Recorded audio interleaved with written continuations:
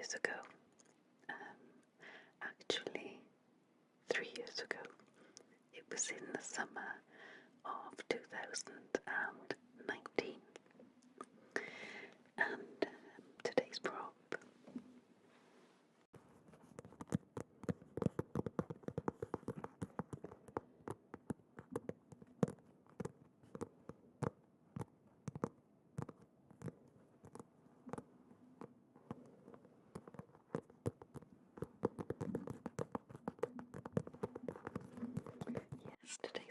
is the guidebook that travelled with me for those 4 days in my backpack, but mostly in my hand.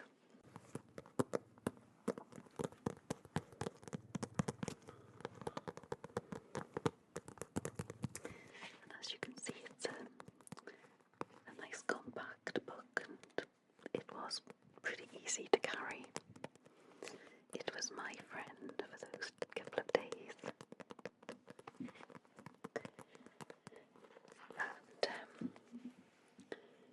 it's called Walking the Wales Coast Path. And it's got the Welsh for Wales Coast Path here. And I'm going to look at it because I can't remember what it is. Llwybo Arfordir Cymru. That's Welsh for the Wales Coast Path. And this lovely little beacon here. And it is a dragon, which of course is the emblem on our flag. I'm not sure if that's staying in focus. There you go. This, I actually walked past this on one of my day's walks, and I took a photograph of me and my guidebook. Yeah.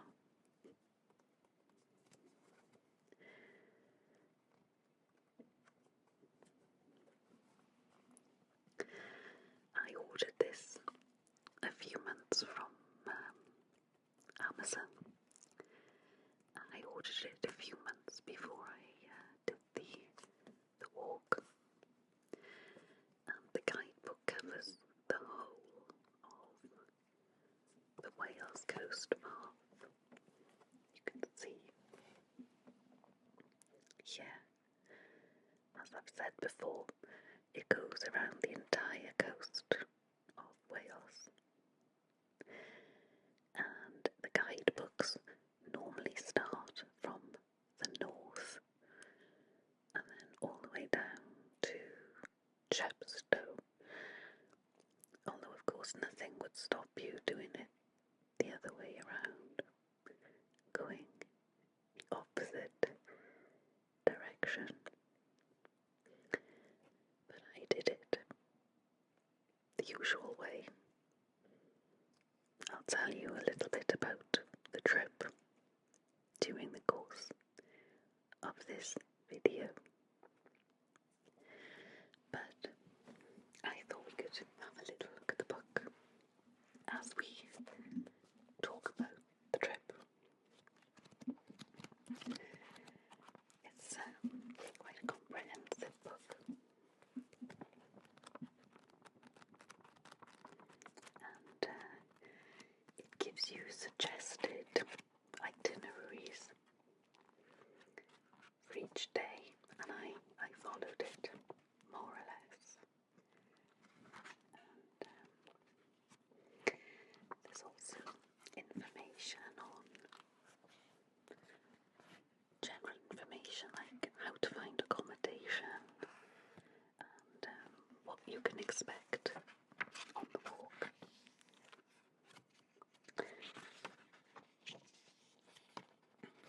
The author is this chap, and this guy he he works for the book publishers, and his name is Paddy Dillon, and he has actually walked the coast path and then written this guide.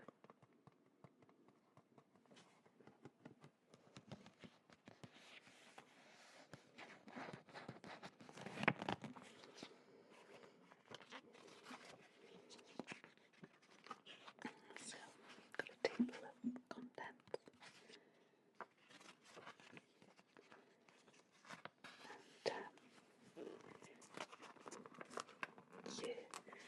And here we've got the map of Wales. So before I started the 4-day trip to North Wales up here, I live down in the south, and I did a number of walks on the coast path near where I live, and I used to go after work, do a couple of miles, and then go back to my car. So as you can imagine, that took quite a few weeks, but I built it up as part of a little bit of training. So I used this map to tick off the bits that I have done. And up here, that is the start of the Wales Coast Path. So it starts in the city of Chester. And I did 4 days, and I ended up in Conway, and then caught the train to Chester, walked to Conway, and then got on the train at Conway on the 4th or the 5th day on the train. Went back pretty much along the coast path that I had walked on. And this little island here is Anglesey, and that was going to be my next trip, to get the train to Conway and walk to Bangor, and then to Anglesey, but I haven't done that as yet because of the pandemic. But that's the, as you can see then, you've got a long walk all the way down the west coast and all around the Gower, South Wales, and then it finishes in another border town called Chepstow. It's strange how it starts on the border at a town called Chester, and it finishes in a town on the border between Wales and England called Chepstow. So the Wales Coast Path goes from Chester to Chepstow.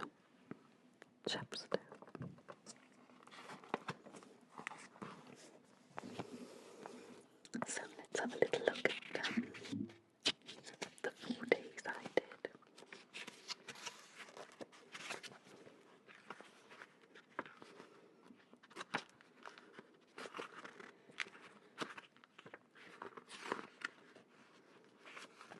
Okay.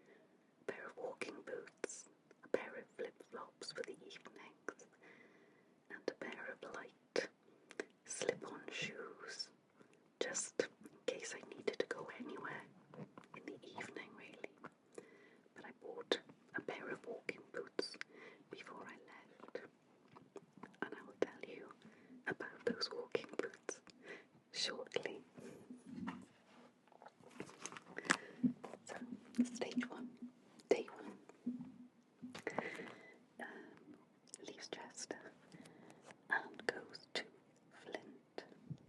Yes, there's a place called Flint. And we started at Chester Cathedral. I say we. It was just me. And the total walk on day one was 12 miles. Now, I didn't walk right the way to Flint. I stopped, I think probably 2 miles before Flint, because I couldn't find any accommodation in Flint. So I booked a little bed and breakfast in a town just before Flint.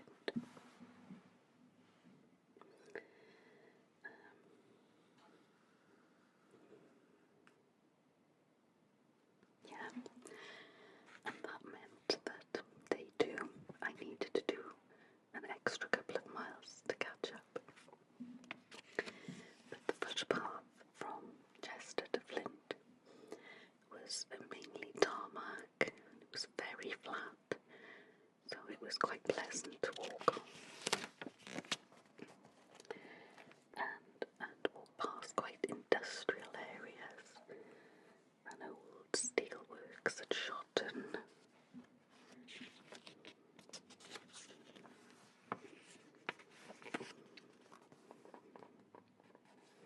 Yeah, big industrial units. And it was just a long walk, but not difficult. And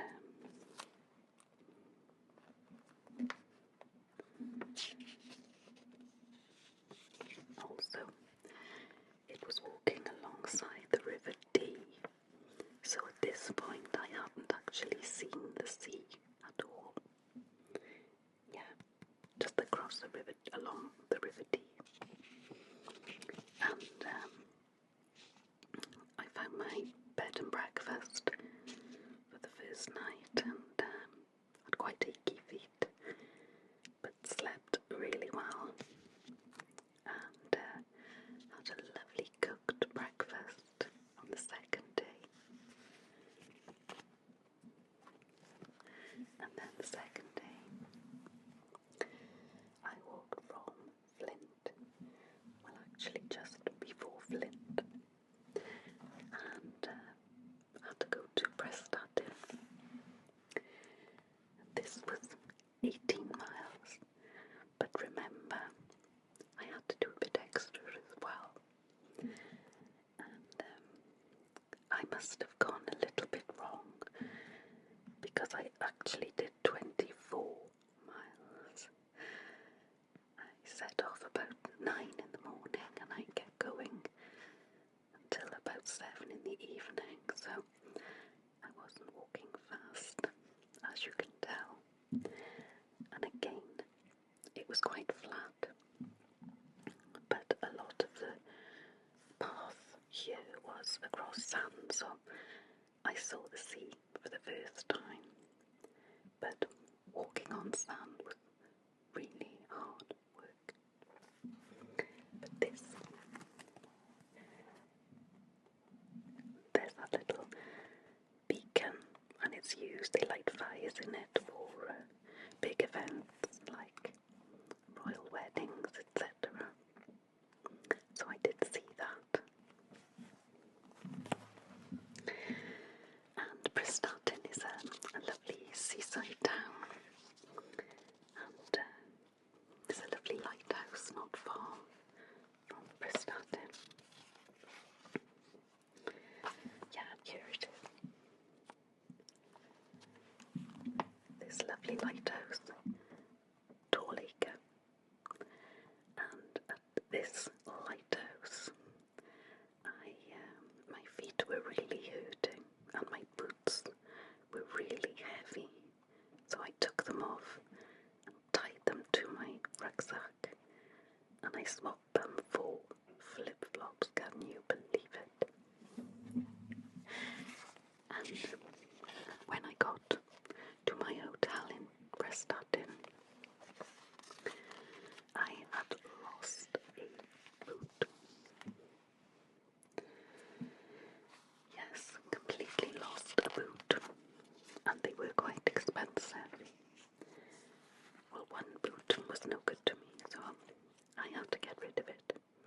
it was quite heavy to carry. And I had to walk the rest of my trip wearing slip-on casual little shoes that were quite comfy, thankfully, and flip-flops. But I did find a pair of quite cheap trainers in a supermarket. So the third day rather, was from Prestatyn to another beautiful coastal town called Conway Bay, and that was about 14 miles. And I passed the resort town of the Rill on the way, and again, this book was really useful for pointing out various bits of interest along the way. And the Wales Coast Path is marked so clearly, and there were lots of information boards, which was really, really helpful. And yeah, for that night, another small little guest house in Colwyn Bay. Yeah, so I woke up at Colwyn Bay. The weather was so kind to me. It was sunny and warm, thankfully. And I was very grateful for the cooked breakfast every morning.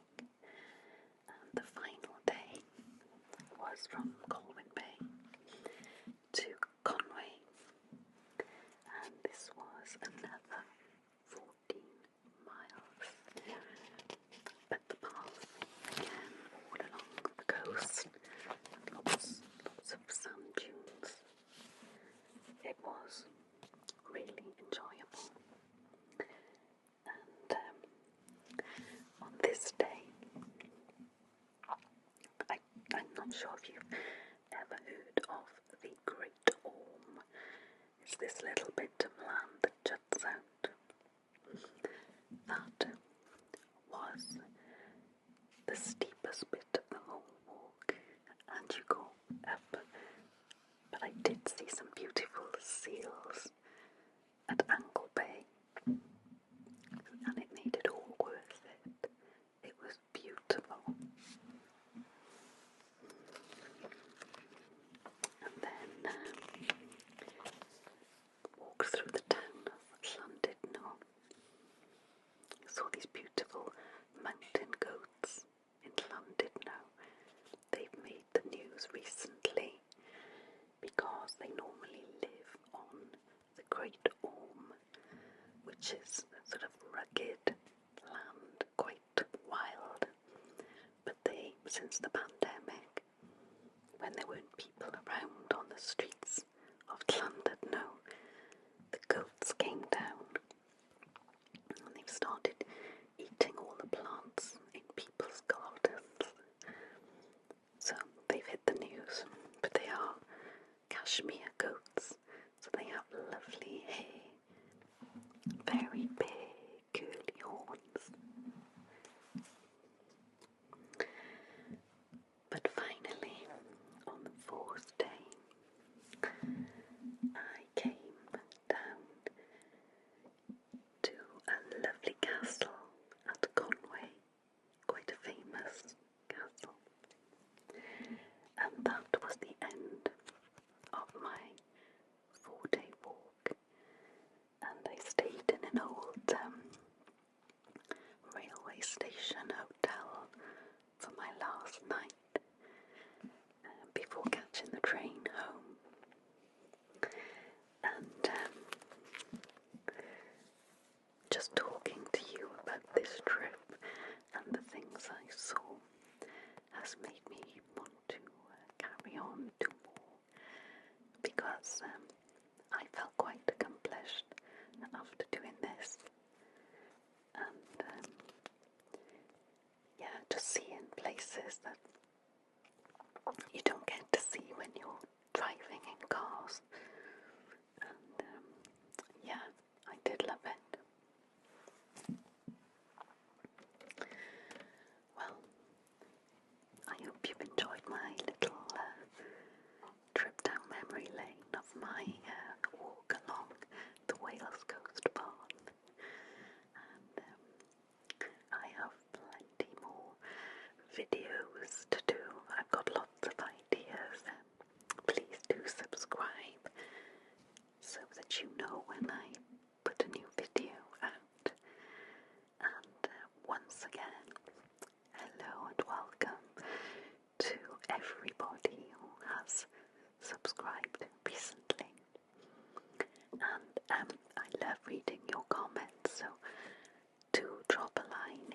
introduce yourself, where you're from. I'm fascinated to see people from, well, locally here in Wales, right across the UK, United States, Switzerland,